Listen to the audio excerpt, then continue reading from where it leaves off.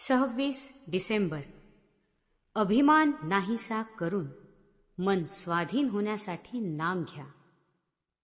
जगात आजपर्यंत पुष्कळ लोकांनी दानधर्म, स्वार्थ त्याग केला, पण त्यांच्यामध्ये कर्तेपणाची जाणीव राहिल्याने खऱ्या अर्थाने त्यांना निस्वार्थी बनता आले नाही.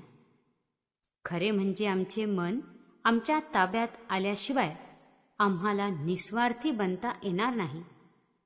हे मन आपल्या ताब्यात का राहत नाही?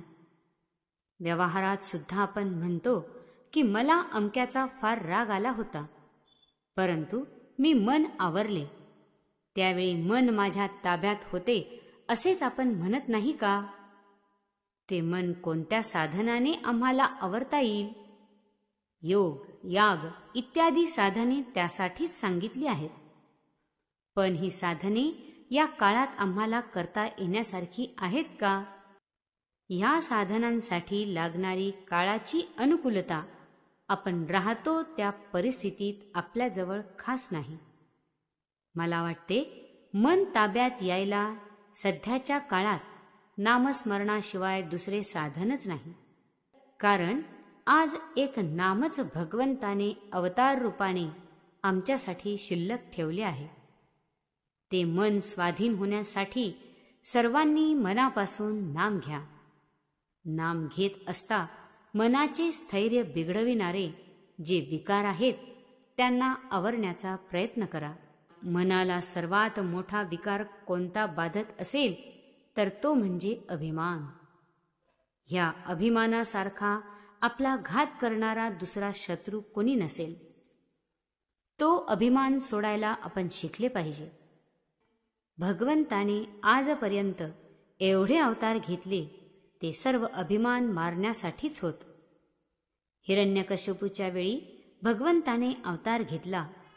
देव समोर उभे असताना सुद्धा त्याचा हात नमस्काराकडे न जाता तलवारीकडे गेला.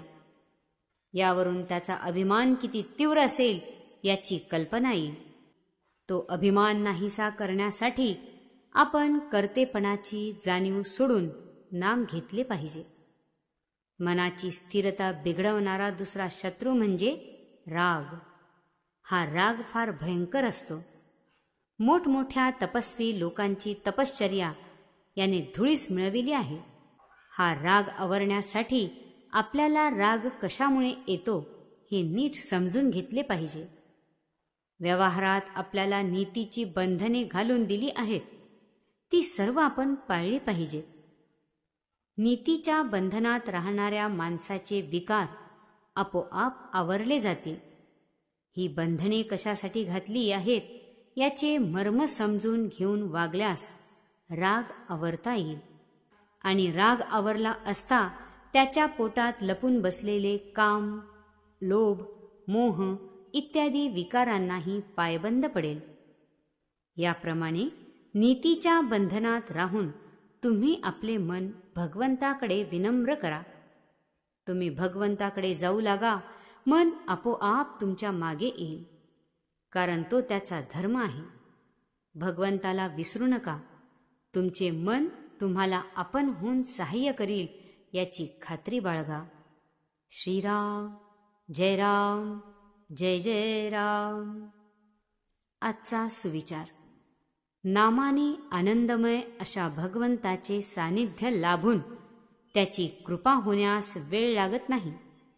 किंबहुना ज्याच्यावर भगवंताची कृपा होते त्याच्याच मुखात नाम येते. जय श्रीराम.